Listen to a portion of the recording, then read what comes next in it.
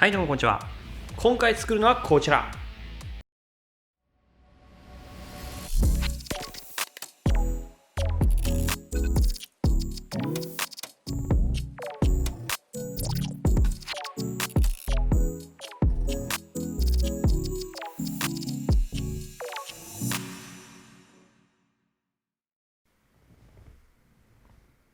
そう、実写×シェイプアニメーションです。こちらね、作ってほしいっていう要望が一番ダントツでありまして、最近たくさんのクリエイターの人たちがいろんなねミュージックビデオだったり実制作でこの表現やられてると思うんですけども、元々の起源というか、もともと最初にこういう表現やられた方が日本の方なんですけども、田尾田島さんっていう方が作ったミュージックビデオがあるんですけども、それきっかけでこうなんか爆発的にこの表現が増えていったっていう僕の記憶があります。確か4年前ぐらいだったと思うんですけども、今回も田尾田島さんが作られたそのミュージックビデオをね参考に作っていきたいと思います。で参考元のミュージックビデオは CG ソフトを使ってちゃんとね反射とかを計算して作られてるんですけども、今回はそれを After Effects で再現しようと思ってちょっといろいろ研究してみました。今回この実写×シェイプアニメーションを作る上で大事なポイントが3つあります。1つ目はシェイプアニメーションの緩急、いわゆるイージングってやつですね。2つ目が実写素材のカメラトラッキング、3つ目がコンポジット、いわゆる合成ですね。この3つを重点を置いて解説していきたいと思います。で今回ちょっと一つ申し訳ないなって思うことがありまして、僕が使ってる風景素材提供することができません。というのも今回アートグリッドっていう年額3万から6万ぐらい払えばダウンロードし放題のね動画配信サービスがあるんですけれども、そちらの素材を使って作ったので、その素材をね皆さんに提供すると規約違反になって僕ガシャンされちゃうので提供することができません。ただ撮影素材みんなお持ちじゃないと思うんで、 Twitter でなんか誰か撮影素材提供してくれないかなってつぶやいたら3名ねお声掛けしていただきました。1人目はこうきさんっていう世界をね回りながら映像を作ってる方で、2人目はギブの宮本さんっていう YouTube チャンネルを運営されてる方で、3人目が僕のねノムアフターエフェクツを撮ってくれたカメラマンさんがいろいろね海外の素材とか提供してくださったんで、概要欄の方にその映像素材のダウンロードリンクちょっと重たいんですけども貼っておりますので、今回ね勉強でなんかいろいろやってみたいなって方はダウンロードして使ってみてください。ただ1個お願いがありまして、今回このご提供させていただいた撮影素材は勉強用もしくは実制作に使うものとして使ってください。例えばそのテレビコマーシャルとかで撮影素材がないからその素材使ったりとか、それこそストックムービーを販売するサイトにその素材アップしたりとかっていうのはご遠慮していただきたいなと思います。これに関しては僕と皆さんの信頼関係のもとで成り立っていることなので、ちょっとねここを破られると今後こういった素材とかを提供しづらくなってしまうのと、そのね親切心でね提供してくださったカメラマンさんにもすごい申し訳ないことになってしまうので、そこは何卒ご協力よろしくお願いします。で今回この実写×シェイプアニメーションちょっとトリッキーな作り方でやっていきたいと思います。というのも曲とか映像それぞれ使う方バラバラだと思いますんで、先にですね緩急のついたシェイプアニメーションのバリエーションを作ってそれを曲に対してはめていくというちょっと逆説的な作り方をやっていこうと思います。通常はですね曲を聴いていろいろねこう頭の中でこのテイストだったらこういう動きだなとかシュンバーババみたいな感じで頭の中でそのシェイプの形をイメージしてから作っていくんですけれども、なかなか熟練度のいる作業だと思うんで、いろんなねレベルの方に合わせて最初にシェイプアニメーションの作り方を解説してそれを音に合わせるっていう方法でやっていきたいと思います。もちろんね曲を聴いて頭の中にそういった図形とかいろんな表現とかが思い浮かぶ方はそれでいいんですけども、そうじゃない方もねもちろんいらっしゃると思うんで、今回はその作り方でやらせてください。ただ音に合わせてシェイプを当てはめていった後に最後の微調整でいろいろ何ですかね細かくいじる方法なんかも今回紹介していこうと思いますんで、そちらもねちょっと参考までに見ていただければいいんじゃないかなと思っております。でまた今回ね素材提供してくれたお三方の Twitter とかホームページとか YouTube チャンネルとかのリンクは概要欄の方に貼っておりますので、フォローしてあげたら喜ぶんじゃないかなと思います。というわけで早速作り方の方行ってみましょう。はい、それでは実際作っていきましょう。一応ねもう After Effects にこう実写素材組んでるんですけど、まずこれからちょっと見ますか。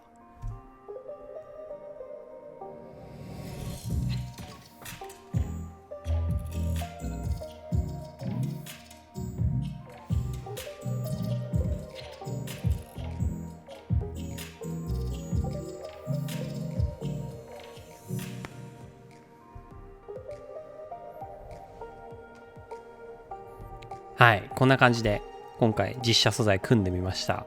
でもう曲にね合わせて図形作っていくっていう方法はもちろんセオリーではあるんですけども、もうねいろんな方がいろんな素材使ってやると思うんで、今回はねもうシェイプから作っていこうと思います。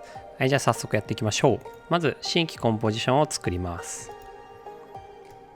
で、サイズをこれサイズいくつでもいいんですけど、僕は今回 2000×2000 でやっていきます。でまず円から作るんでサークル01としておきます。でフレームレートは自分でね取った素材に合わせてやってもらったらいいと思うんですけど、いつも僕2997でやってるんですけど、今回そのアートグリッドからダウンロードした素材が 23.976 のフレームレートだったんで、僕はちょっとこのフレームレートでやっていきます。でフレームレート自体はですね、よいしょ、このムービーの素材をこう見てもらうといいのかな。こんな感じでここに書いてあるんで、こんな感じでここに合わせて作ってもらえればいいんじゃないかなと思います。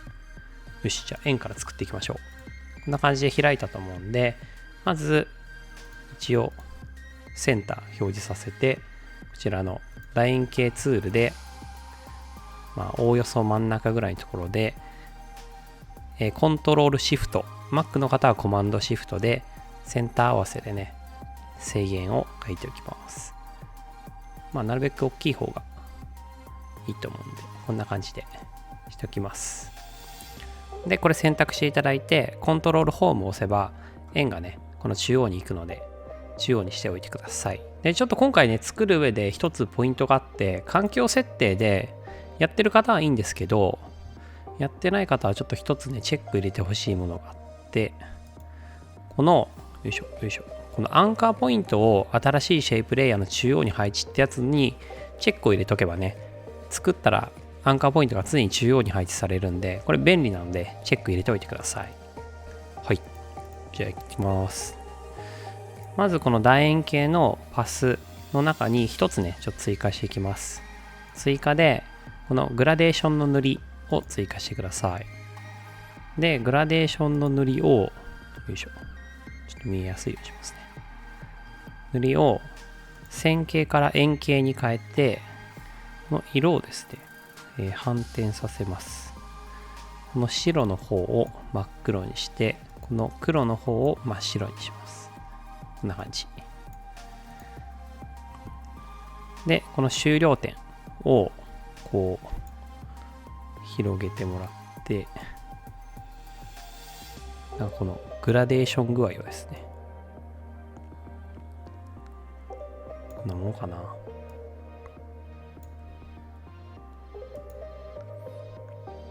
こんなもんですかね。僕は終了点1000にしました。最初のこの中心からこっちに向かって綺麗にグラデーションしてればいいと思います。で不透明度をどうしようかな。一旦40ぐらいにしときますか。これにしときます。よいしょ。でまず楕円形パスのそうですね、じゃあ15フレームで、僕ねちょっと今回1秒が24フレームなんで 0.5 秒のところで一旦ねここにキーフレーム打ちます。このコンテンツの楕円形パスの中のサイズ、これにキーフレーム打ってください。で0秒のところで0にします。そうするとこんな感じになるんですけど、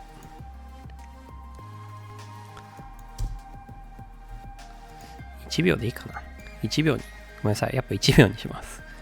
1秒にして、で、不透明度を12秒のところで、このグラデーションの塗りの中の不透明度ですね。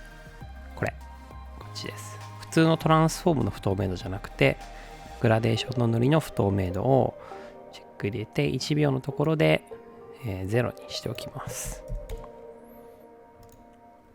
こんな感じかな。で、線幅も、この1秒のところで0でチェック入れて、0秒のところで線幅10にしておきますか。はい。でこれで再生すると、こんな感じになります。で、これだと味気ないんで、このですね、これ選択して、ショートカットキーの U を押すと、キーフレーム打ったところだけ表示できるんで、これで表示してもらって、全部選択して F キーを押します。で、このグラフエディター開いてもらって、まずサイズからやっていきます。で、これは値グラフですね。値グラフを表示してください。これ、速度グラフじゃなくて値グラフ。で、このグラフの曲線をちょっと見えやすいようにこうしますね。こうね、あからさまに緩急をつけたいんですよ。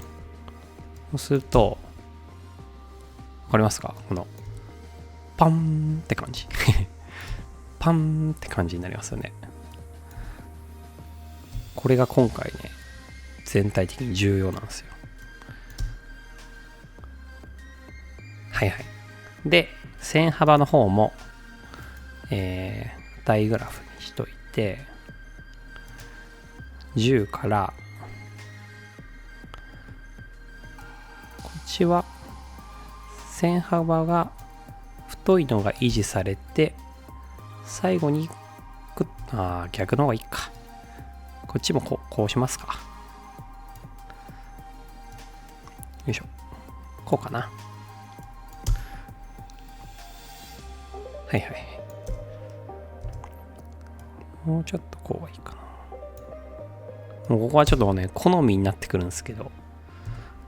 うん。で、不透明度。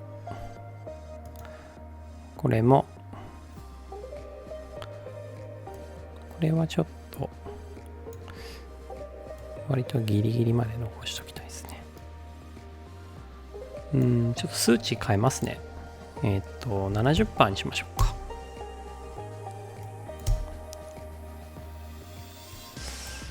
70% にして、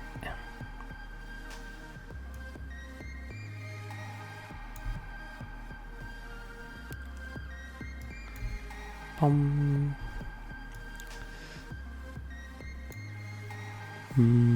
やっぱ0フレームからにしようかな。すいませんね。なんか、コロコロ買って。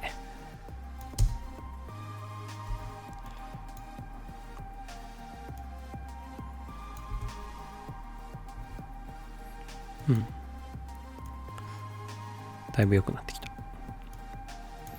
ちょっとこのグラデーションの塗りは、ちょっとだけ残しておきたいんですよね。いいですね。こんな感じにしようかな。はい。こんな感じにしておいて、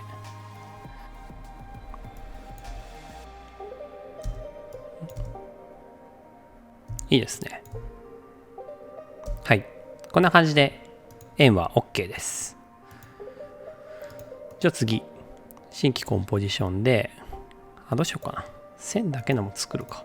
これ、サークル01をコントロール D で複製して、サークル2を作ってください。で、これダブルクリックで開いたら、さっきのこう出てくると思うんですけど、このシェイプレイヤーのこのグラデーションの塗りをデリートで削除してください。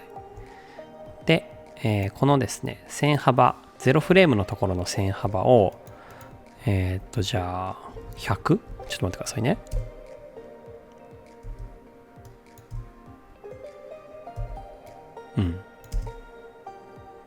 いいっすね。100から0で。そしたらなんかこう、地味に線が太いところから大きくなっていくみたいなのができました。はい。円はとりあえずこれで OK でしょう。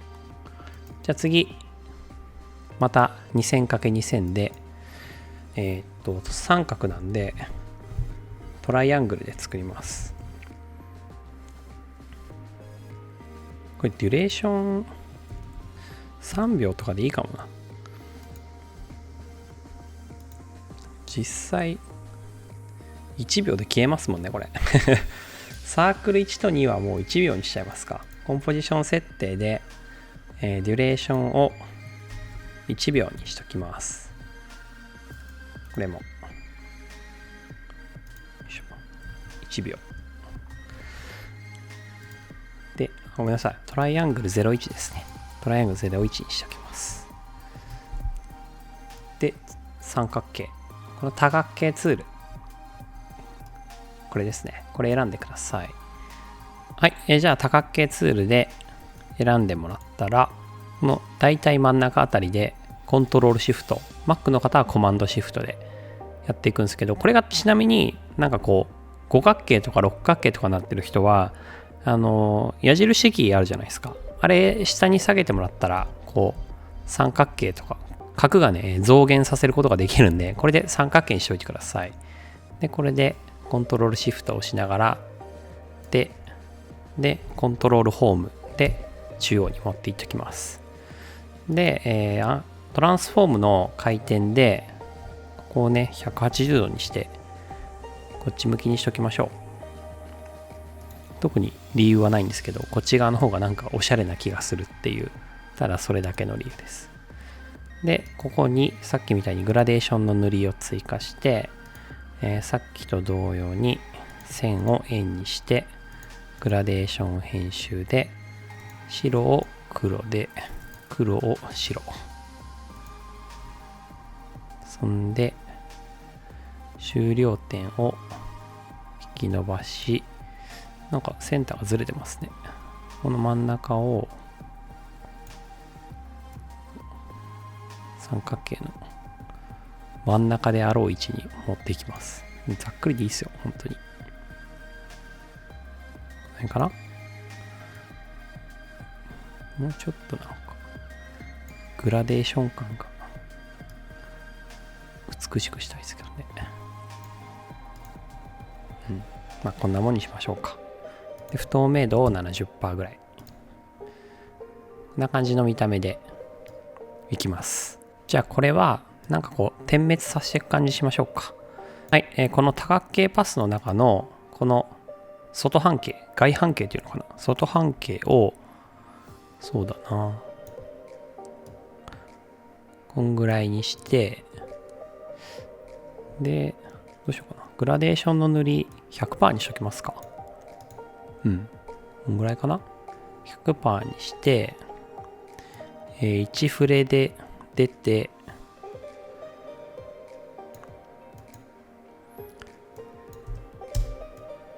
じゃあ2フレだけ表示させて、ここでコントロールシフト D、 Mac の方はコマンドシフト D でカットして、で4フレームのところでいわゆるこうパパッと表示させたいんですよね。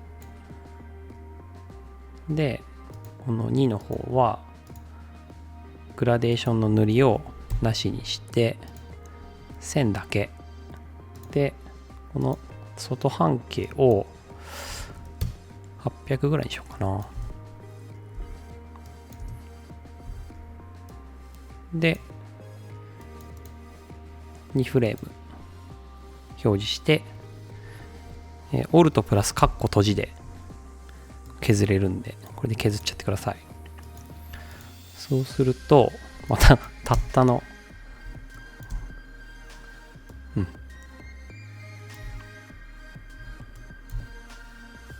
いいっすね。これちょっと賑やかしにこういうの使えるんですよね。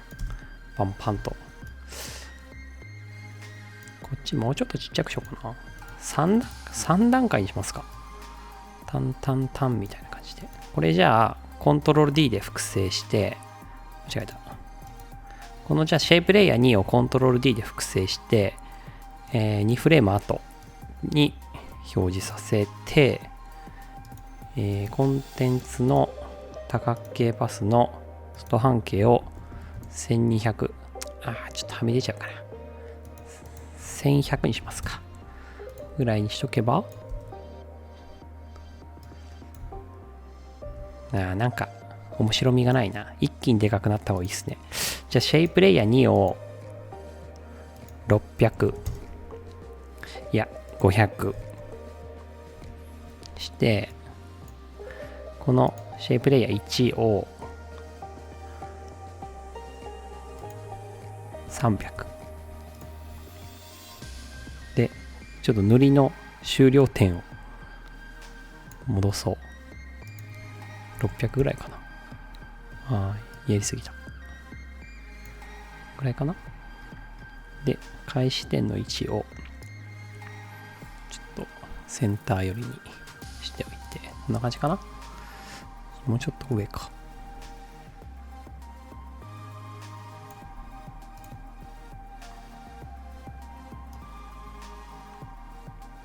こんな感じにしとけば、徐々にタタンタンとでかくなる感じ。せっかくなんでちょっと回転も加えましょうか。シェイプレイヤー2をショートカットキーの R で開いて、コン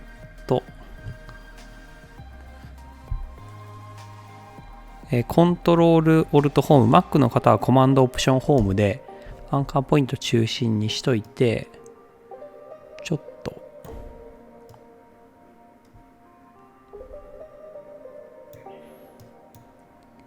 200度ぐらいにしときますか。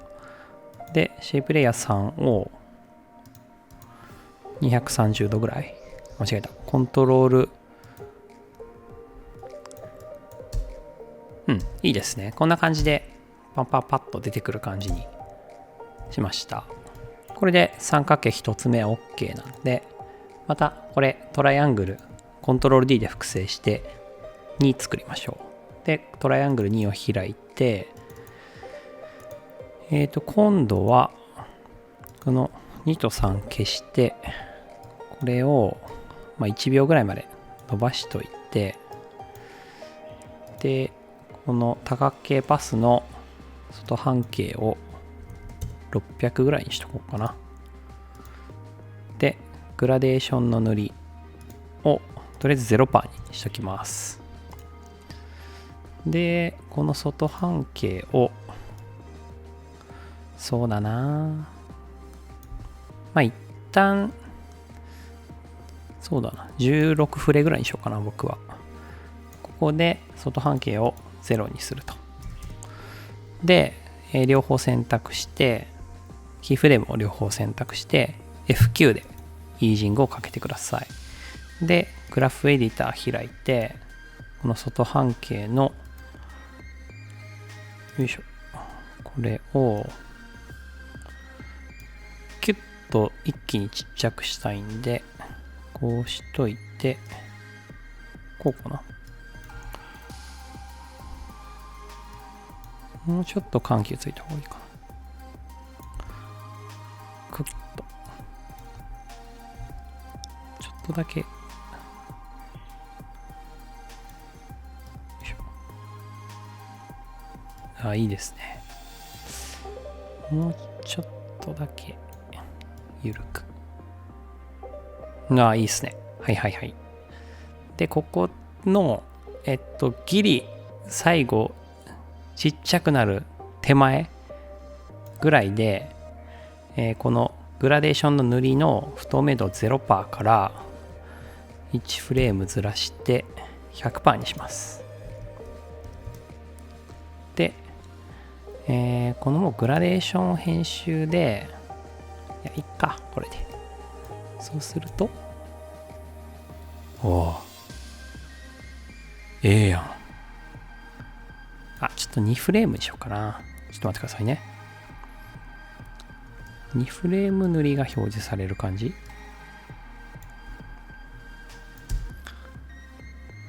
やん。はい。せっかくなんで、ごめんなさい。この外半径の最後のところを、100にしといて、このグラデーション編集のここを、ちょっと複雑になるんですけどごめんなさいね。ここでカラーのところに 100% になるタイミングがありますよね。ここでカラーに1個キーフレーム入れて、このサイズが100になるところでグラデーション編集で両方ね真っ白にしちゃいます。そしたらおー来た、これですね。なんのこっちゃって感じだと思うんですけどこんな感じです。はい、なんかこう目にねフラッシュ的にこう残るじゃないですか。こういうのがいいんですよね。はい、じゃあ次四角形とか作ろうかな。じゃあ新規コンポジション、四角形なんでスクエア01としときます。じゃあここを長方形ツールにしていただいて、線は1ピクセルで大丈夫です。でまたコントロールシフト、 Mac の方はコマンドシフトを押しながら、でまたコントロールプラスホーム、 Mac の方はコマンドホームでこれを中央に持っていってください。で、ショートカットキーの R を押して90度回しちゃいます。90度じゃない、45度だ。45度回します。こんな感じで。そうすると縦向きっていうか傾いた四角形ができました。で、1秒のところでまた円の時みたいにサイズでキーフレーム打って、0の時は0で追加でグラデーションの塗り入れて、元からも一緒ですね。編集で白を黒にして黒を白にして線形を円形にし、終了点をずらし、なんかこれ中心点が地味にずれるの何なんだろう。よいしょ、こんな感じかな。で、不透明度を 70% ぐらいにしとこうかな。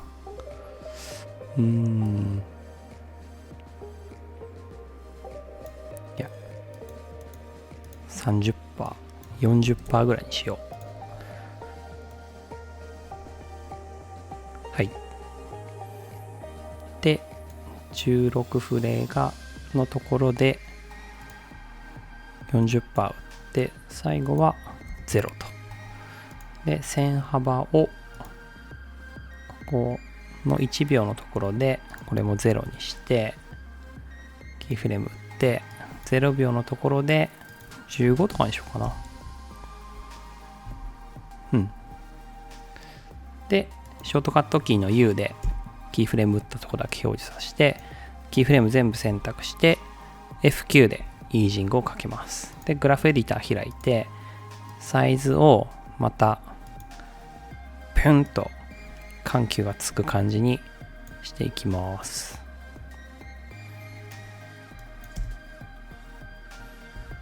もう分かりますよね、大体僕が何をしたいかが。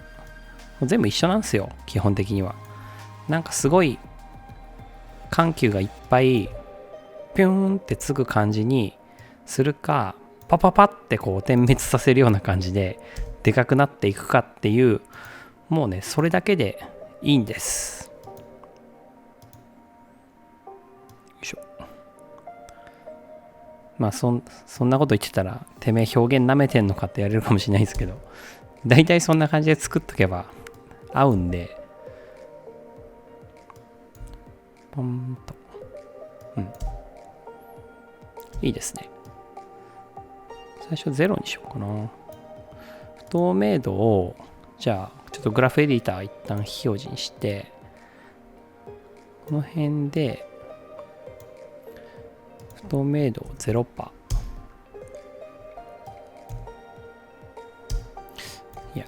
点滅でパッてついた方がいいな。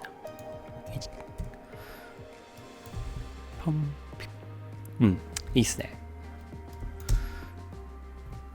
結構こういうなんか動きとかで重要なのが、この動きがもう僕の個人的なあれなんですけど、なんかこう擬音で例えられるかみたいな、ピューンとかシュンとかパパパッとか、なんかそういうのがやっぱこう心地のいい動きだと思うんですよね。だからなんかそういうなんかこう自分の擬音で例えられるような動きであれば、まあ何でもいいと思うんで、ちょっとそこ目指してもらいたいなと個人的には思います。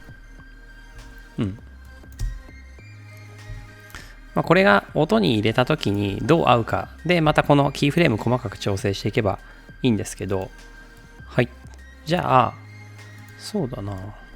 このトライアングル1をコントロール D でコピーして、これをですね、名前をスクエア、9か。スクエア02にしちゃってください。で、このスクエア02開いて、そしたらこう点滅するやつですね。ここの、多角形の頂点の数を4にしてください。そしたらこれ、四角形バージョンの点滅が作れるんで、それをしましょう。便利だな、これ。全部これでやったらいろんな多角形の作れるじゃん。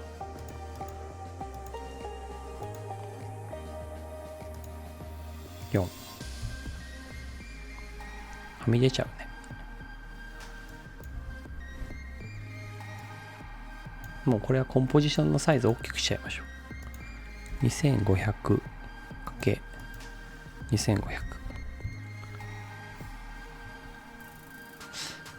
で、これ全部選択して位置下げちゃっていいんじゃない？したらはい、スクエアバージョン2ができました。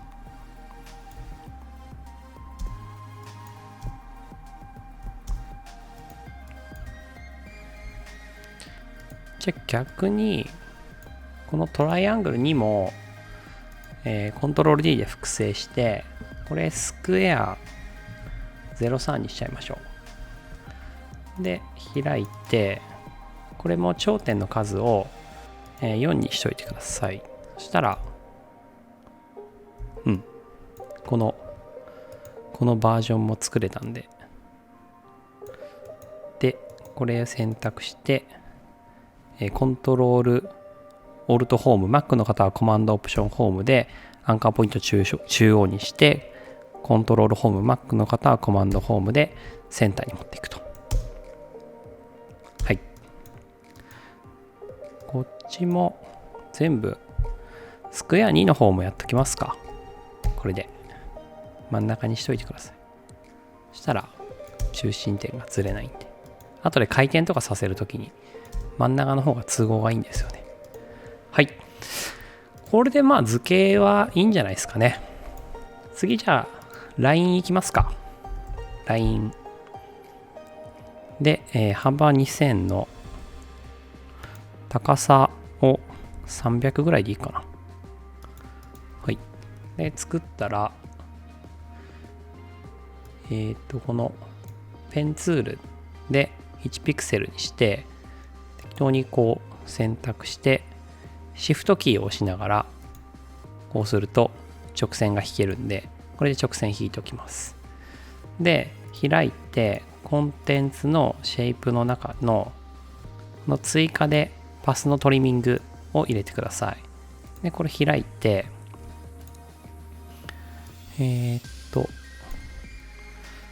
最初に終了点を最初にこの終了点を0でキーフレーム打って、0.5 秒ぐらいで100、どうしようかな、20フレにしようかな、20フレぐらいで100で、4フレームのところで開始点 0% のところでキーフレーム打って1秒のところで100にしておきます。で、再生するとこんな感じになるんですけど、これだと味気ないんで、またショートカットキーの U を押してキーフレームだけにして全部選択して F キーを押します。で、またグラフエディター開いて終了点をよいしょ、こんな感じで、これもまた曲ピーンっていく感じがいいんで、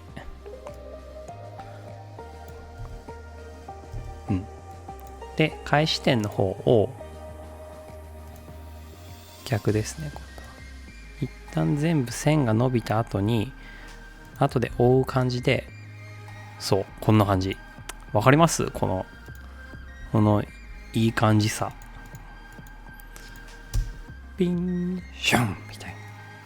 ピンシュンっていう、こういうアニメーションがやっぱね、いいんですよね。はい。で、これをどうしようかな。これモーションブラかかるんだっけ？かかるのか。この線のやつだけモーションブラかけときますか。はい。こんな感じですね。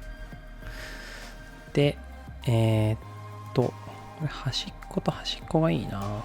これ画面端に、ごめんなさい、このパスを選択してペンツールがあると思うんですけど、これでこの開始点のところだけはこのコンポジションの端ぴったりに合わせてもらっていいですかね。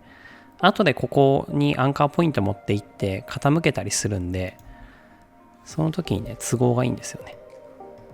終了点はまあ別に切れててもいいです。はい。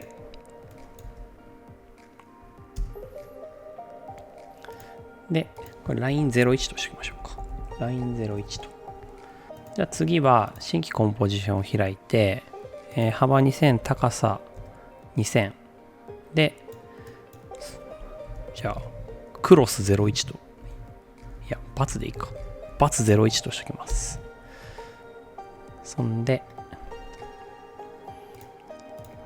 なんとなく中心表示させといて、線をシフトキーを押しながらピッと1個書いてもらって、これ選択 C のコントロールホームで中央に持ってきます。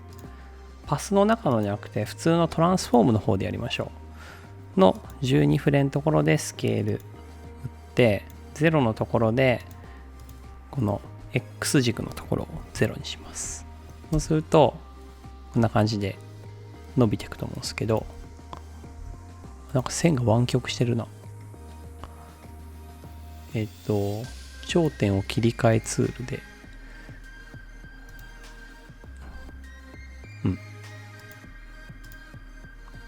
はい。ごめんなさい。なんか線がまっすぐになってなかった。はいはい。こんな感じですね。これでよくて、また選択して F9 でイージングをかけ、グラフエディターを開いて、このスケールを、これはそんなにね、極端にしなくていいと思うんですけど、X 選択して、ちょっと、なんか極端にでもしたくなっちゃうんだよな。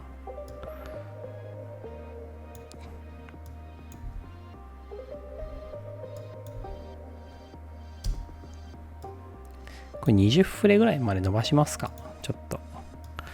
20フレぐらいまで伸ばして、こうして、ちょっと下げて。あ、いいですね。こんな感じにしましょう。で、1秒で消えると。オルト、オプションプラス、カッコ閉じですね。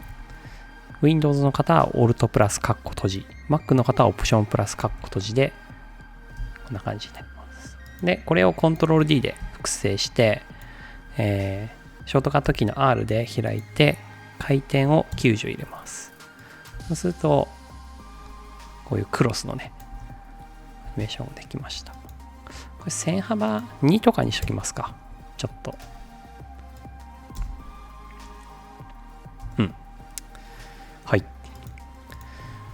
こんなもんかな。あとなんかあるかな。じゃあこれを作ったんで、こっからよいしょ、この作ったものに配置していきましょう。まずこれね、全部カメラ解析した方がいいんで、ここの映像素材を 3D カメラトラッキングっていうエフェクトを入れていきます。でこれちょっと一つ注意点があって、このコンポジションのサイズと、自分が今作業しているコンポジションのサイズと映像素材のサイズが一致してないと 3D カメラトラッキング使えないんですよ。なんでもしサイズが合ってない方は僕みたいに一回ねプリコンポーズして、ここの下のチェック入れてプリコンポーズしてもらうと映像のねサイズがこのコンポジションのサイズにぴったり合うんで、この状態でやってもらえたらいいんじゃないかなと思います。でこれでこのエフェクトの中の 3D カメラ、これ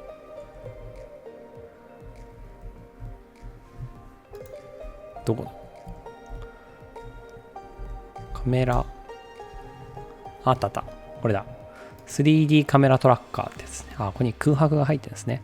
これを入れるんですけど、僕は2カット目からそういうエフェクトを入れていきたいんで、これをね2カット目に入れます。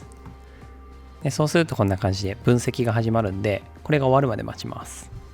はい、分析が終わったらこんな感じでですね、ポイントがいろいろね表示されてると思うんですけど、もし表示されてない方はこの 3D カメラトラッカーのエフェクトを選択してみてください。そうするとこんな感じで出てきますね。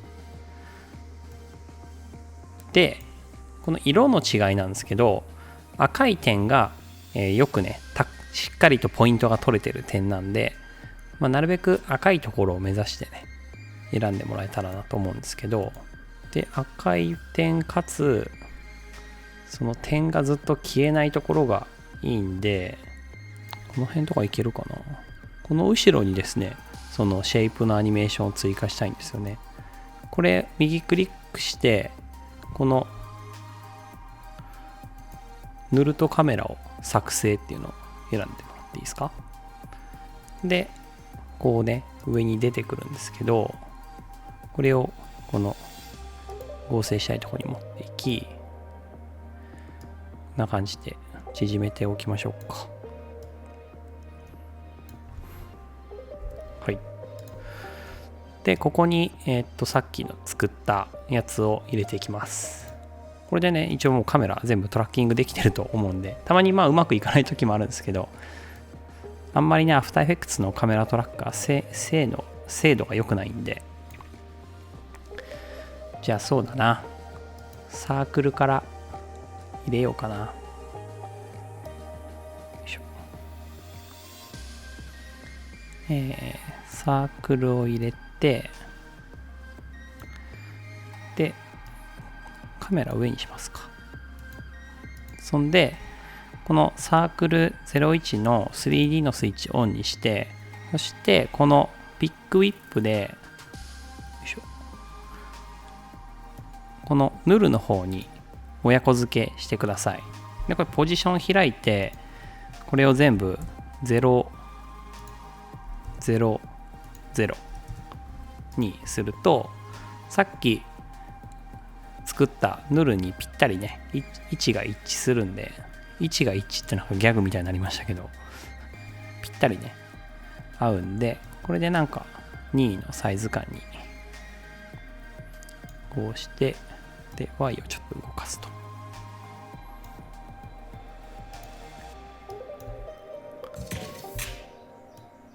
であとはもう音楽に合わせて自分が好きなようにね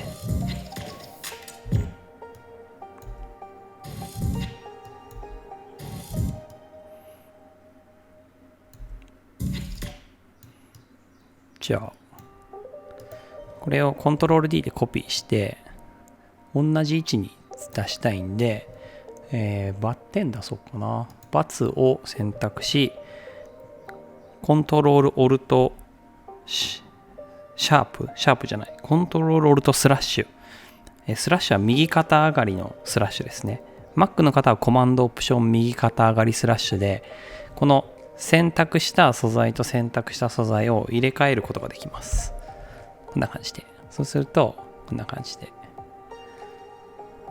あとはなんかこう、音を拾っていって、いい音をね、こう見つけて、チャカチャカはめていってもらえればいいんですけど、よいしょ。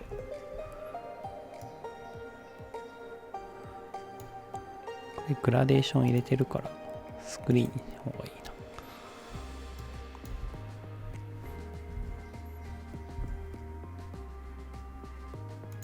いしょ。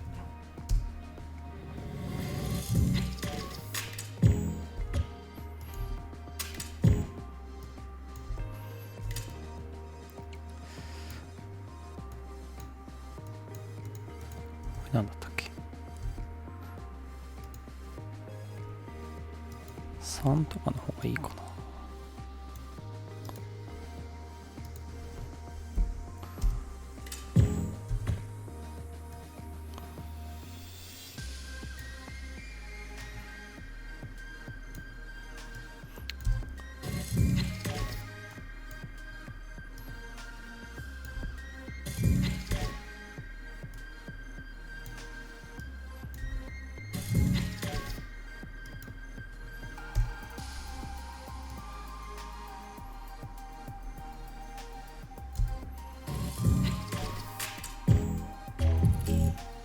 はいはい。で、これ傾きつけましょうか。これはもう皆さんのやってるやつに合わせてやってもらったらいいんですけど、なんかそれっぽい角度をつけちゃって、で角度コピーして全部に貼っつけちゃおう。で、この山のね後ろに僕は出したいんで、このカット2をコントロール D で複製して、上に持っていき、でこういうですね山とか空のコントラストが強いやつって、エフェクトで色値、これですね、色値っていうのがあるんですけど、これを入れて、この数値をですねずーっていくと、こんな感じで、なんていうんですか、いいところでですね切れる、白黒に分けることができるんですよね。でここにちょっとブラを高速ボックスブラでいいかな、これを入れて 0.3 ぐらいかな、もうちょっとか 0.5 ぐらい入れて、エッジをちょっとぼかしておいて、でここまでできたら、このカット2をもう1個コントロール D で複製して一番上に持っていって、でこれは任意でいいんですけど、ルミナンスキーマット反転か、ルミナンスキー反転マットを選択すると、こんな感じでさっきの白黒で指定したエリアでこのカット02を表示させてるんで、わかりますか？こう山の奥に表示されてる感じ。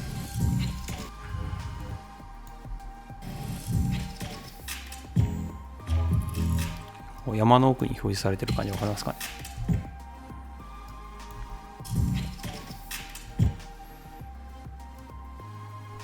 で次これね、これにも同様に 3D カメラトラッカーを入れてやっていきます。もうこっからの作業は、もう単純で 3D カメラトラッカーを入れて、自分が入れたいそのシェイプのアニメーションを適用していくという作業になります。こんな感じでこれも出てくるんですけど、これも自分が何ですか、シェイプを置きたいところ、今回この辺かな、この辺に置きたいんで、これで塗るとカメラを作成します。でまた同様にこんな感じでよいしょ、縮めといて、これもそうですね。でここに入れていくんですけど、また曲を聴いてどんな感じするかっていうのを決めます。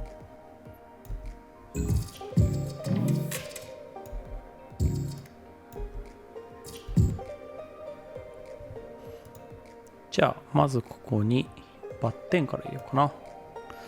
バッテン入れて、でまたヌルに紐付けて、位置を 3D のスイッチ入れて、00にしとけばこのヌルにしっかり紐づくんですけど、ちょっと高さを上げときます。でサイズが大きいんで、これはもうこの辺にして、水面がここって感じですね。水面がここなんで、水面の高さにちょっとこう合わせながら見ていくと分かり良いんじゃないかなと思います。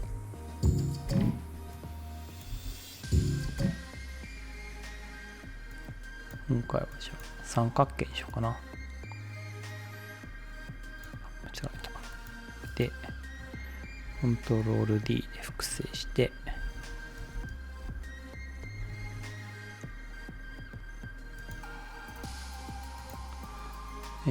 トライアングルにコントロールオル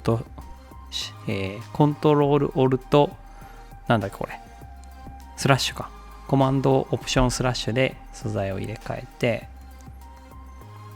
このタイミングでバツが消えて、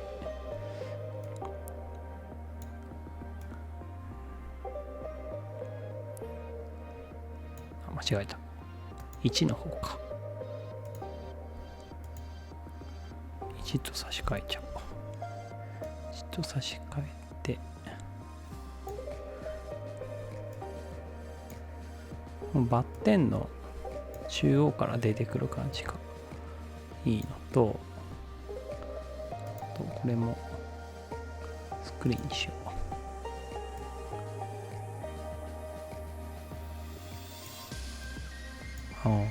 一番サイズがでかいところがこの辺かな。パッと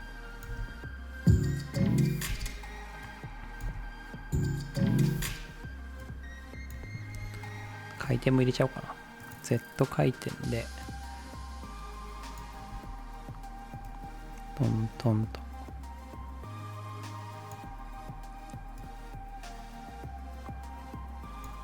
んな感じかな。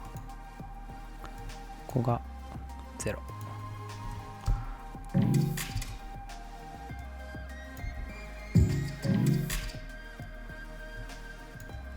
なんかアンカーポイントがずれてるのが気になりますね。アンカーポイントここにしよ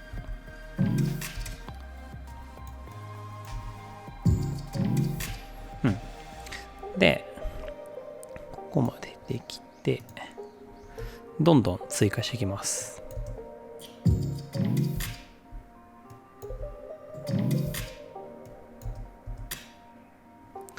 次じゃあライン入れますか。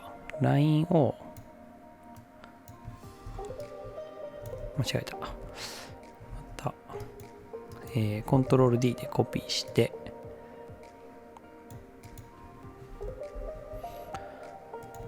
ここにラインを、コントロールオルトスラッシュで仕替えます。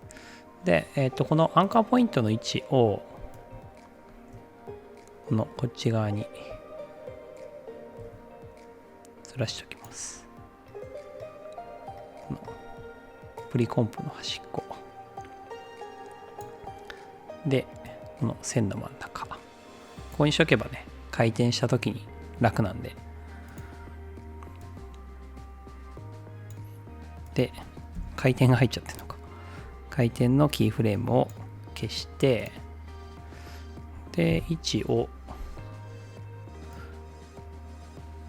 上からの水面に向かっていくようにするんで、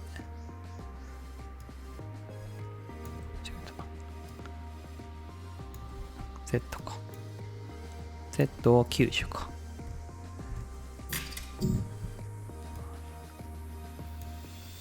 で、ちょっと上にしよう。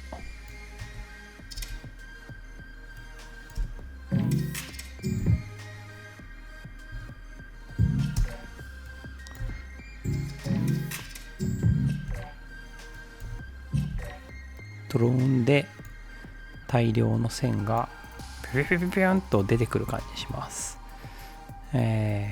線が一番長く表示されるところ、この辺かな。この辺で位置をこうして、で回転でこうちょっと斜め上にして、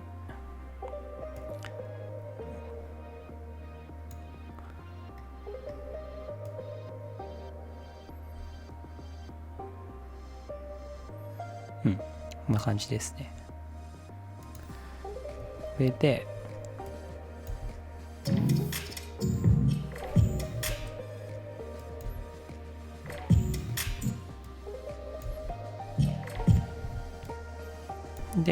コントロール D で複製して、こう良さげな位置にとりあえずなんかたくさん並べちゃって、で奥行き、手前と奥感があった方がいいんで、こう手前にも置きつつ、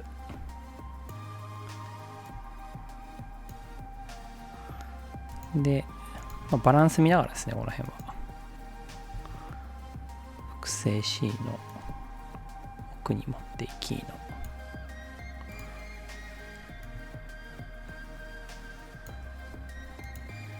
で、こっち側からこっち側に向けて順々に出てった方が個人的にはかっこいいと思うんで、よいしょ、この辺はね結構数が多い方がいいんですよね。で、これ左から順にちょっと並び替えていきます。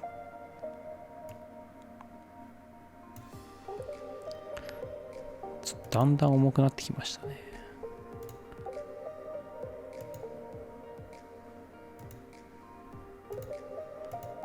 あれどれだ、これか。これが3番目、2番目か。でこれが4番目で、これが5番目、これ6番目、7番、8番、9番と。はい。でこれをちょっとざっくり、じゃあ全部1フレずつずらしていくとしましょうか。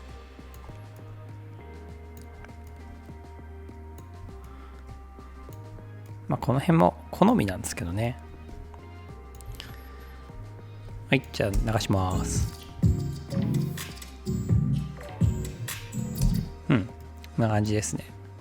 で、ここで終わるんで、全部選択して、コントロール、オルト、カッコ閉じ、Mac の方はオプションカッコ閉じておきます。で、ここ水面があるじゃないですか。で、水面があるんで、この今作ったシェイプのラインのアニメーション全部選択して、この一連ですね、ここの水面に関する。これをプリコンポーズします。で、例えばカット03のシェイプとしておいて、で 3D スイッチ入れて、コラプストランスフォームのスイッチ入れて、これですね、コラプストランスフォームのスイッチ入れとけば、なんか最近このコラプストランスフォームがバグることが多いんですよね。CC2019 になって。なんか若干位置がずれたりとかするんですけど、今回は大丈夫そうですね。はい。で、次、反射作っていきます。反射なんですけど、これを、コントロール D で複製して、スケールの Y の値をマイナス100にします。そんでこれがちょうどこんな感じになるようにしておけば、こんな感じで反射ができると思うんで、まあこの辺ねちょっと厳密にやろうと思うと、シェイプ一個一個を全部やんないといけないんで、今回はお手軽にできる感じでやっていこうと思います。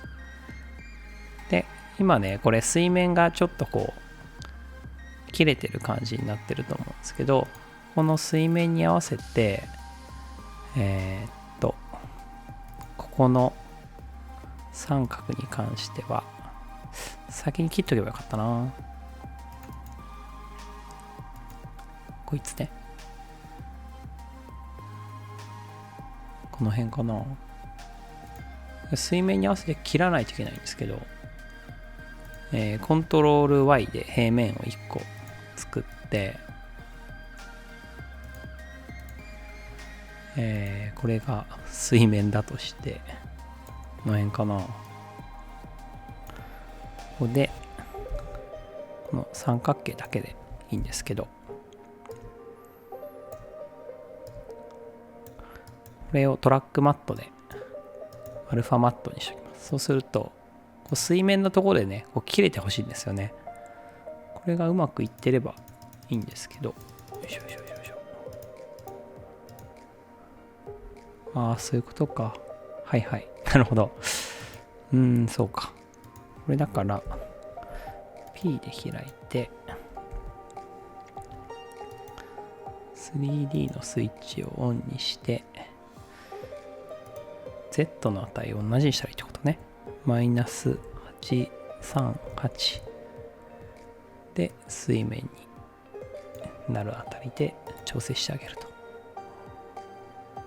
もうちょい下か。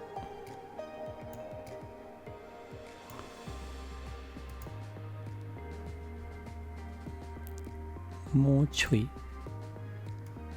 これを先にやっとけばね早かったんですけど、もうちょい上か。いよいよ。はいはい、こんな感じですね。これで全体のね反射ができたんですけど、この反射にちょっとねこの水面の感じを加えていくんですけど、まずこれにブラを入れます。反射の方ですよ。反射の方にブラを適用します。ブラ、高速ボックスブラを 0.3 0.5 ぐらい入れて、次タービュラントディスプレイス、タービュレントディスプレイスか。これを入れます。そんで、量じゃない、サイズか。サイズの値を7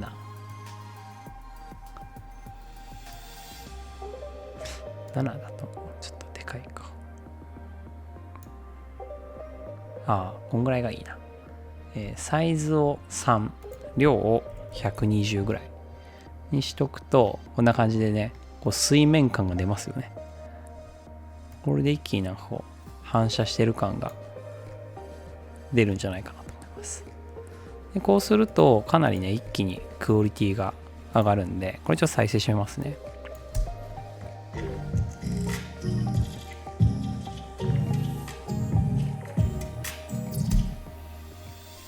わかります？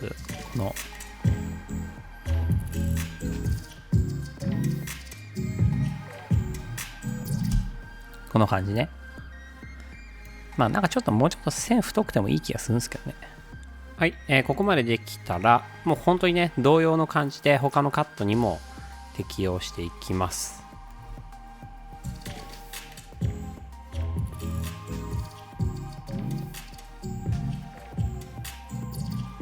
やっぱ反射入るとクオリティ一気に上がりますね。よし、じゃあこっちのカットにも適用していきます。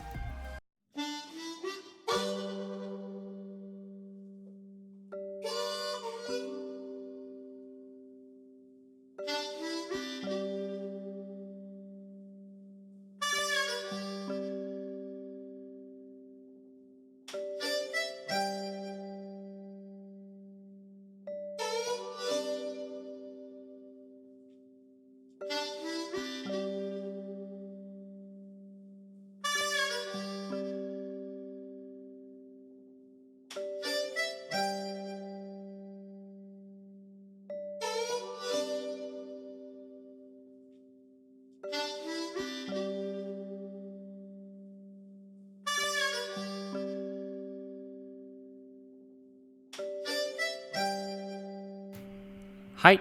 で、一旦ね、全体配置し終わりました。再生すると、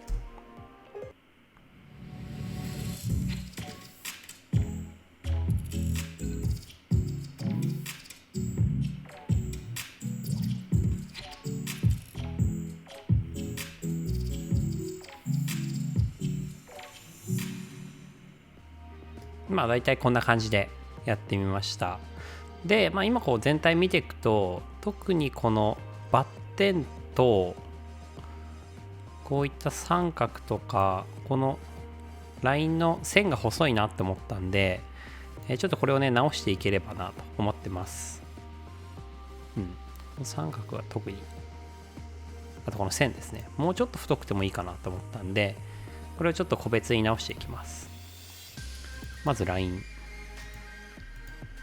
これ今1ピクセルなのを3にしようかな。3に今しました。こんぐらいの方がいいですね。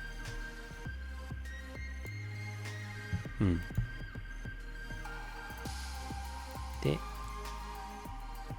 バッテン、バツが今2か5ぐらいにしようかな。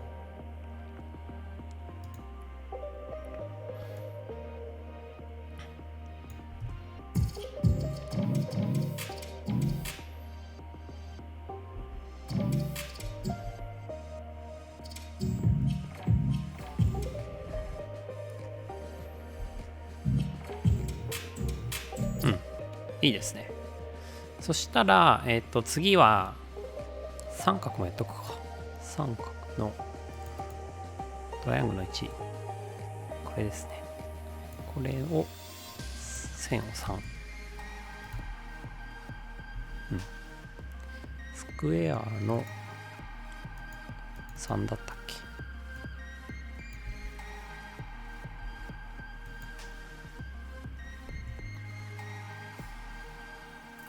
これも3とかにしときますか。スクエアの1は2だっけ。2か。2もじゃあ3で、はい。で、そしたら今からこのシェイプにちょっとね、何ですか、グローとかノイズとかを入れていきたいと思います。まずですね、もうそれぞれ全部このサークル1からラインからスクエアから全部開いていただいて、この全部のシェイプレイヤーに今からちょっとノイズを入れていきたいと思います。こういうところに、よいしょ、ノイズ、これですね、ノイズ、これを入れます。で、このカラーノイズを使用のチェックを外して、ノイズの量を10、いいですね、12% ぐらい、この感じがいいんですよね。これわかります？でこれをコピーしてこのラインの方にも入れます。そうするとね、なんかこう、何ていうんですか、全部がこうジリジリした感じになってすごくねいいんですよ。はい、じゃあこれをねちょっと作業になっちゃうんですけど、全部に入れていきます。はい、これで入ったかな。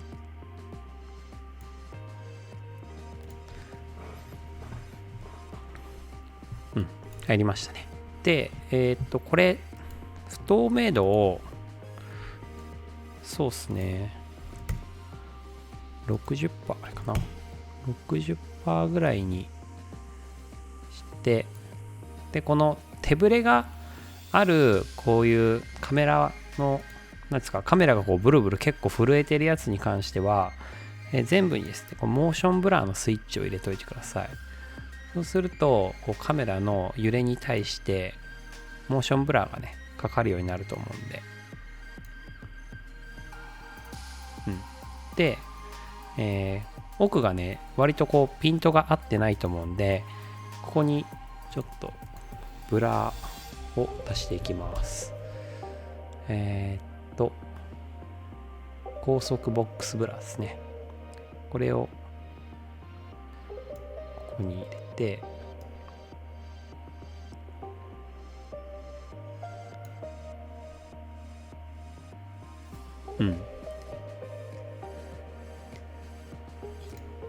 1.5 ぐらいかな。1.5 ぐらいにしときます。そうするとこれがないときは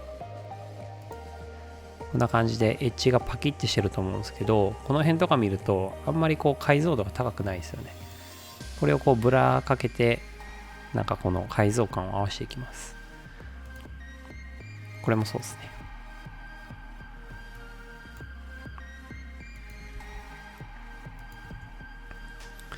はい。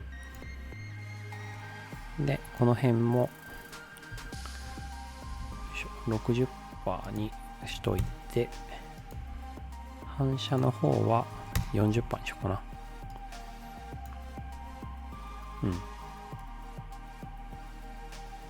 でこっちも 60% にしといて、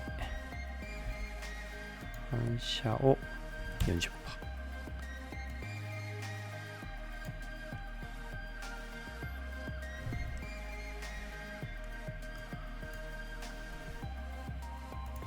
リアルですね。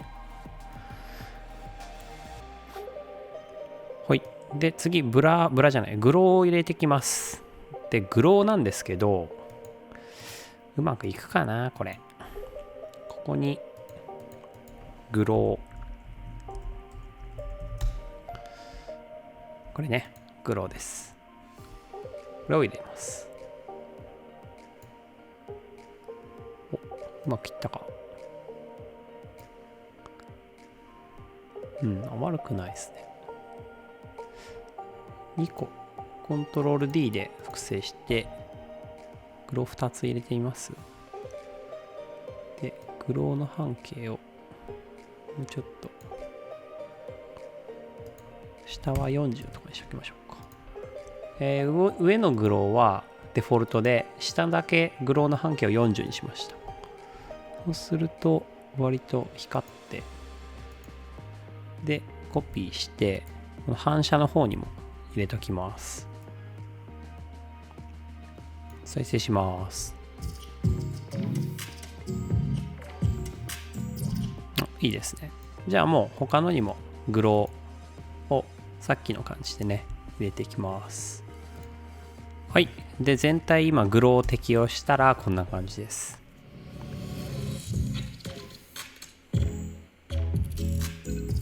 なんかもたつきますね。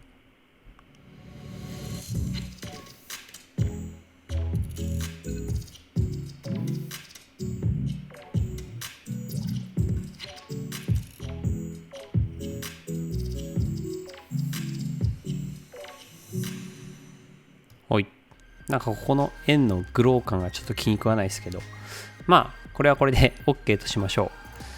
はい。そしたら全部グローが入ったら、今度はですね、もうこれ全体を合わせてなんかこう色調整みたいなのをしていきたいと思います。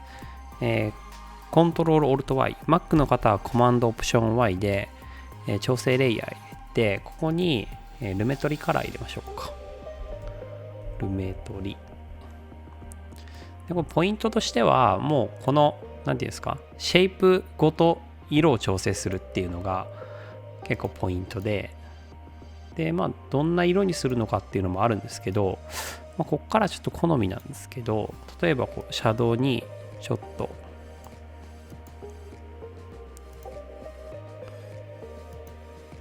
あんまりやりすぎてもあれなんですけどね、割とこうちょっと幻想的な感じに持っていくのにして今シャドウにちょっと青を足して、ミッドトーンに若干のオレンジを足しました。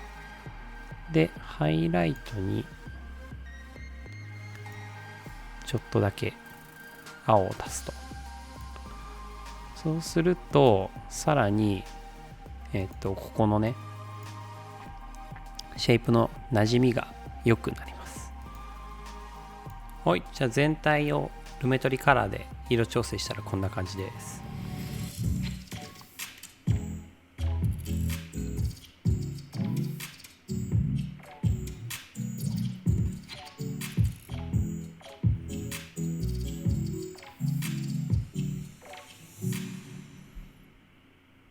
はい、というわけでね、こんな感じでもう実写素材含めて一緒に合わせて色を調整すると、なんかここをねトーンが合うというか全体の雰囲気が合ってくるんで、こういう感じで合わせていただければいいんじゃないかなと思います。で、地面の素材とか道路とかに合わせる時も、このタービュレントディスプレイスとボックスブラ使って合わせていただければいいんじゃないかなと思います。で、ちなみにここは、反射のところにマスクをかけてるんですね。こういうマスク、こんな感じでねマスクをちょっとかけてぼかしてるんで、これはもうその何ですか、地面の反射しやすさに合わせてこのマスクの範囲を決めていただければいいんじゃないかなと思います。厳密に言うとね、本当はこうなんていうんですか、この辺がもうちょっとこうビーッと光の部分が伸びてたりとか、いろいろね反射に関しては難しい要素がいっぱいあるんですけど、こうアフターエフェクツでお手軽簡単にやるんであればこんな感じでいいんじゃないかなと思っております。あとはこういうね反射のやつとかを厳密に一個一個ぴっちり合わせたい場合は、こんな感じで全部プリコンポーズせずにシェイプ一つ一つでね複製してやっていけば、もっとねクオリティが高くなっていくので、時間はかかりますが、そんな感じでやってみてください。というわけで今回は実写プラスシェイプアニメーションということで、先にシェイプを作って後からねこう音楽に合わせるパターンを解説していきました。というわけで今回の動画は以上になります。参考になったよって方は高評価またチャンネル登録よろしくお願いいたします。ご視聴ありがとうございました。